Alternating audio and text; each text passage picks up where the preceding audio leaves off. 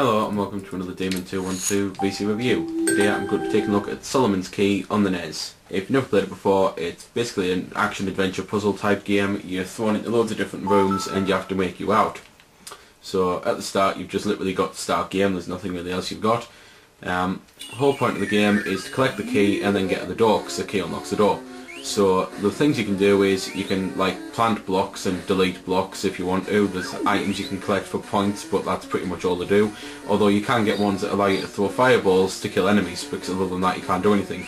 As I've just shown there, and I'll show again, you can actually headbutt blocks to destroy them, so you don't have to delete them with your wand and the likes.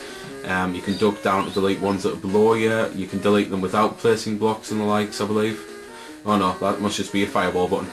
So you do have to still hit the block button, so sometimes you could mess up and accidentally place a block rather than delete one.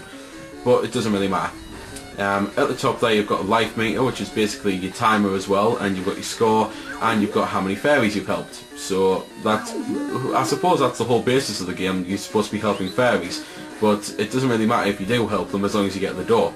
The good thing about the game is, if you actually collect the key, as soon as you collect the key, it unlocks the door. If you then die, you don't have to get the key again. You can go to the door. So if you don't think you're going to be able to do it all in one life, maybe because of the timer, or maybe because the key's on one side of the room and the door's on the other and it's going to be too hard to get it, then you don't have to worry, because you can always lay the groundwork in with one life and then beat it with another.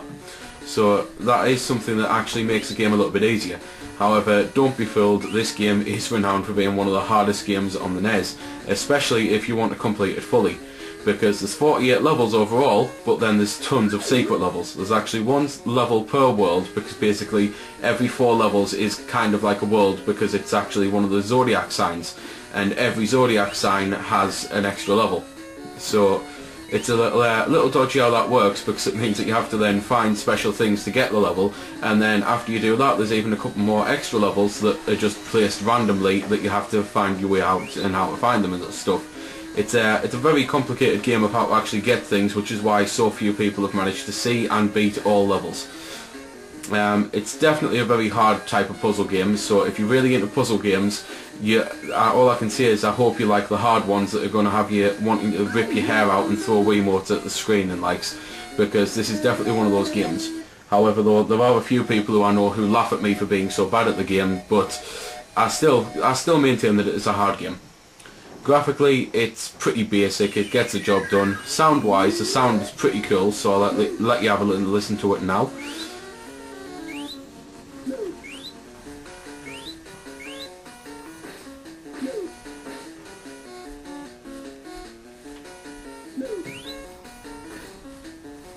So there we go then, that's a bit of the music.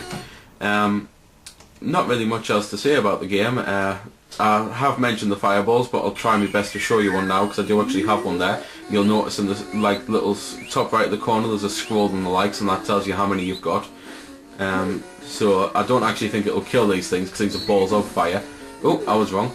So that allows you to just basically do that, and you can get stuff for points, which they're just points after all. So if you like puzzle games and the likes, this is definitely one that's going to keep you busy for a while, because not only is it hard, but it's really long.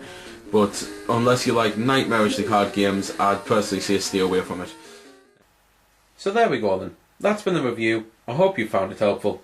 I don't score the games, because that's based purely on opinion, so instead I'll leave you to make your own mind up.